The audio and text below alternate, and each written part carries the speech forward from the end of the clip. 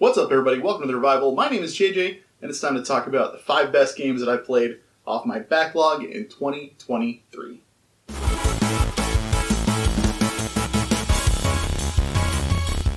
And here we go. It is the final 5, as it were. I am really excited to reveal the next list. I'll talk a little bit more about it towards the end of this video, but yeah, look for that in the coming weeks as well. So coming in at number 5 is Luigis Mansion. This is one of those games that, well, another one of those games I should say. I mean, these are all on my backlog, so quite a few of them are that way. But this is another one of those that, man, I was so angry at myself for sleeping on for so long, especially now that there's, several games that have come out, under that title. I had such a good time with it. It was so much fun. It was just the perfect length, too. I was worried that it might, overstay its welcome. And be a little longer than I would have liked, but honestly, I had a blast with it from the beginning to the end. The controls were solid, the environments were really, really spooky, but just a super fun Nintendo way. I absolutely loved it, and if you got the chance to try out Luigi's Mansion and all, if you haven't yet, if you're like me and take forever to try certain games, give it a shot, because I know there's one on 3DS, there's one on Switch, and obviously the GameCube one. It's just a wonderful experience, and it was a lot of fun to play, and I can't recommend it enough. So definitely check out Luigi's Mansion if you get the chance. At number 4 is a game that I had played a small taste of years ago on PC, and that is Dead Space. I was originally going to just play the PC version that I have and not go for the remake, and then I saw it went on sale.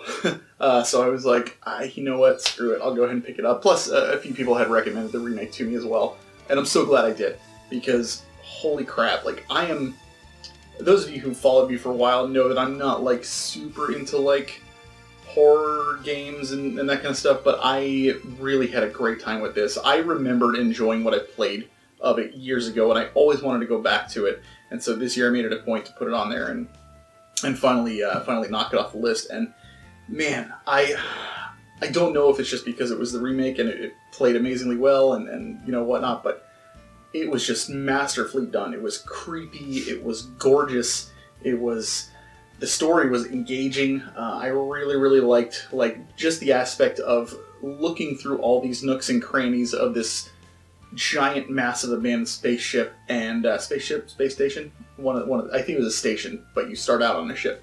Either way, it was just being in deep space and looking through all these not haunted but invaded areas. It was just a lot of fun. I cannot recommend that game enough. I can't imagine it's too expensive at this point. Those kinds of games usually get discounted pretty heavily after a while.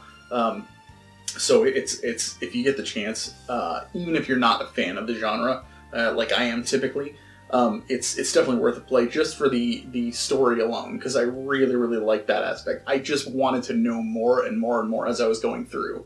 Even finding the little recordings and the notes and stuff that you find all over the place. I wanted everything. I wanted to check it all out and learn as much as I could about where I was. It was really, really cool. And another one, cannot recommend it enough, so definitely check out Dead Space if you get the chance. Another one that I waited on, I wanted to play this earlier, but didn't, because I wanted to see if its remake would go on sale as well, and that's Resident Evil 4. And I played the remake, because I was able to finally catch it when it was on sale for, I think I got it for $40, and I was more than happy to pay that price for it. Because I had the original still, and I was like, I could just play this. I don't need to play the remake, right? And everybody was telling me, no, it's such a vast improvement. You have to. And I'm so glad I did. I'm so glad I listened to everybody. I'm so glad I picked it up at 40, because it was a masterpiece of a game. Resident Evil 4 was... So, I loved the original games in the series that are, a lot more puzzle-focused. This one has its puzzles, but it's obviously much more action focused as well. I don't like that aspect as much, because I'm just I like the exploration and puzzle solving and trying to figure out what goes where and where I have to find certain pieces to go into this to unlock this next area and that kind of thing. I like that aspect. And this game had that, but not as much as the first couple of games. But as far as exploration goes, this game it did it exactly the way I love it, which is you're going through, there's these big wide open areas, and when you kill stuff, it does not come back. So you can fight, and because whenever I get into combat in those kind of games, I'm just like, oh, here we go again, and I roll my eyes, and the combat is always like the least important thing to me. I just don't care as much about it. I like the exploration and just looking around and learning about the environments and the story and where I'm at. And this game let you do that. It was wonderful to be able to just clear out an area and then be like, okay, now we can play the game, to quote South Park. It was wonderfully done, and I really, really enjoyed getting to take my time and look around and see these big open areas, especially like the lake where you're on the boat, you're driving around and stuff like that, and going to the different small islands and different parts of the big cove and that kind of thing. It was just so cool to be able to explore all those areas. I will say that I have recently played Resident Evil 5, and that's not as good. I'll talk about that later at some other point. But that game was not good at all. It did not. Not a fan. Anyways, but yes, Resident Evil 4, the remake, was amazing. I had an unbelievable time with it. I highly, highly recommend it to anybody. Again, same kind of thing. Even if you're not in that genre, man, this game is just so wonderfully done and so beautifully put together. You're robbing yourself if you don't give it a shot at some point. I imagine it'll just keep getting cheaper and cheaper, as those games tend to do. And when I say those games, I mean the big AAA titles that are everywhere. And so they go for a lot at launch, and then eventually there's just tons of copies out there, and then they all go lower in price. That's what I mean. So definitely, you get the chance, pick it up for the right price, for you, and check it out, because Resident Evil 4 Remake is amazing. At number 2 is a game that I knew I would love, because I loved the first one, and I love the series, and that is Dragon Quest Builders 2. Man, I had such a fun time with this.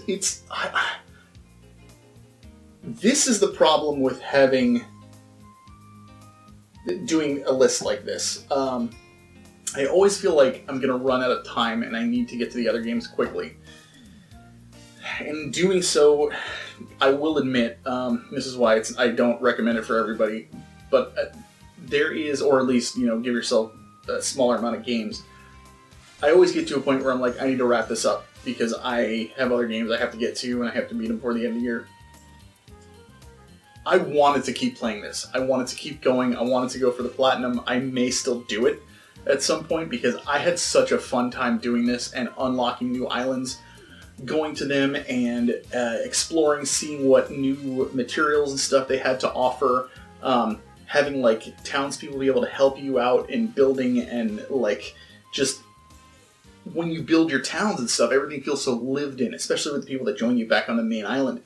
It is just such a wonderful, wonderful gameplay experience. I had an unbelievably good time with that game, and I cannot recommend it enough. The only thing, like I said, is it is time-consuming, because especially if you're like me, Legos was my thing as a kid. I love Minecraft, and I just love the building aspect. And this game gives you so many plans and options and different things you can build and do.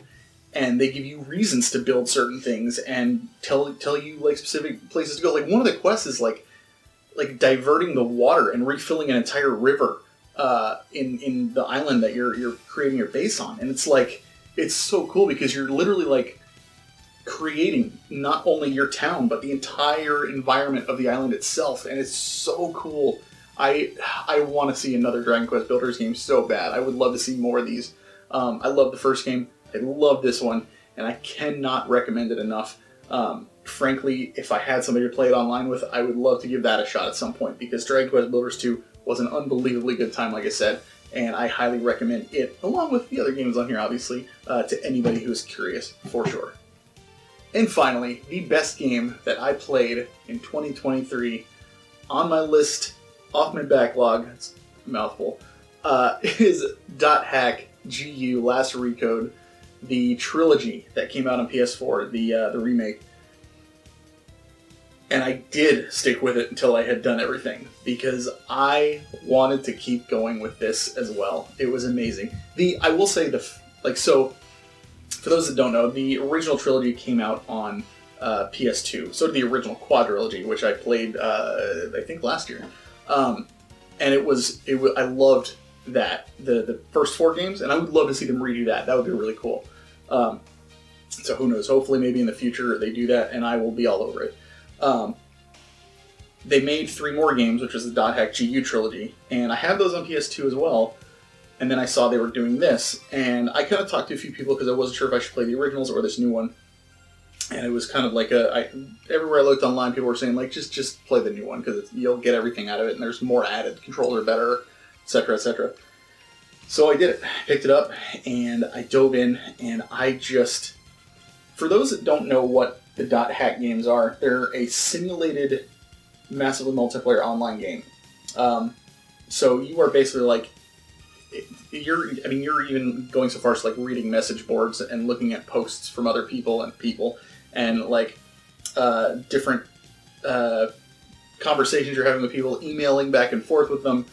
These are all, automated and stuff like that. You're replying with automated responses and stuff, but you do have some choice into how you respond to people, and so you'll get different answers back. And there's a card game built into it, but you log into the game like you normally would, but it's all obviously offline. But it's simulated, so you go in there and you see other NPCs running around in this game world, and you can call on people that you have on your friends list to come join you, and they go in your party, and then you go out and run dungeons or do tournament matches where you're fighting against other characters. You're exploring the towns and leveling up, getting better equipment, all this stuff, and it's just so cool, especially if you're like an introvert like me and you kind of get exhausted when being around people, even if you are playing an online game. This is a great substitution for all that. I loved it. I loved the story. I loved the characters. I loved in the original quadrilogy, you could only play as Kite, and this one you play as Haseo. But you only had the option to be just a twin blade, and that was it. Your other characters could be other classes in the game, but you basically just use 2 daggers, and that's all you do. In this one, you start out that way, but you actually get other weapons and other options as you play. And I thought that was a really nice touch. And each game in the trilogy picks up right from the last one. All your stuff carries over, going into the next game, and then you just keep going from there. It has the original 3 games, and there is a 4th new chapter on there. It's very short, and it just kind of caps things off nicely. I will say though, there's a lot less to do in that last game, which I would have liked it to have been a little more open-ended. But the story explains why it's that way, so I was okay with it. It's not just like a we're just going to give you less to do in this, and that was it. No, they explain it in there. It's a little bittersweet, to be honest with you. But this isn't one that I would say is for everybody. But if you think the concept that I just talked about sounds kind of cool, check it out. Don't worry about getting the PS2 versions of them, because those games are stupid expensive at this point. But this remake is I don't know how much it goes for, but it's going to be cheaper than those. I can promise you that, at least right now. So it's definitely worth a shot if you're curious at all. I loved it and had a blast with it. So I did absolutely everything, got the platinum. I was just like, no, I want to keep playing with this because I want to do everything. I had such a good time with it. And definitely recommend it to anybody who finds the premise curious. So yeah, there you have it. And there it is, my 20 games from 2023, all neatly ranked in my own arbitrary way on there. I didn't have a bad time with any of the games that I played this year. I genuinely enjoyed most of it. There were a few games that obviously, and I talked about it in previous videos, that captured my attention a little bit less than others. But overall, I'm really happy with the list that I had and the games that I played and got to knock off the backlog and get to finally. Look forward to the new list coming soon. I say look forward to it. I don't know what it is. It's I'm already getting messages from people saying you should put this on there. You should do that. And I'm like, it's just my list and games that I'm gonna play. It doesn't matter. It always just makes me giggle. how into it people get about just the games I'm going to play next year, and I think that's so neat. So thank you guys, everybody who's already reached out to me and messaged me about that stuff. Look for that list coming here soon. I will probably post it in Discord before I release the video, and so if you're not in our Discord, hop on in and you can meet some pretty cool people and maybe see the list a little earlier if you're curious about what I'm going to play. But either way, you'll get to see here on YouTube and stuff. So I'm definitely excited for a lot of the stuff. It's going to be a lot of games that I've been sleeping on for a while that I have been wanting to get to. So I'm really excited to show you guys what I'm going to be playing, especially like I did, Star Trek and Guild Wars. The MMO that I've chosen is one that I have been wanting to go back to for a long time, and I love it, and I cannot wait to dive into it, and it might even last me 2 years, like beyond the next, two lists that I do. So I am really excited to reveal all that stuff, let you guys know. Can't wait to show you. So tell me what you think about some of the games that I've played. Tell me what games you knocked off your backlog this year. Like, comment, subscribe, all that fun stuff. You know the drill. And as always, guys, keep on gaming.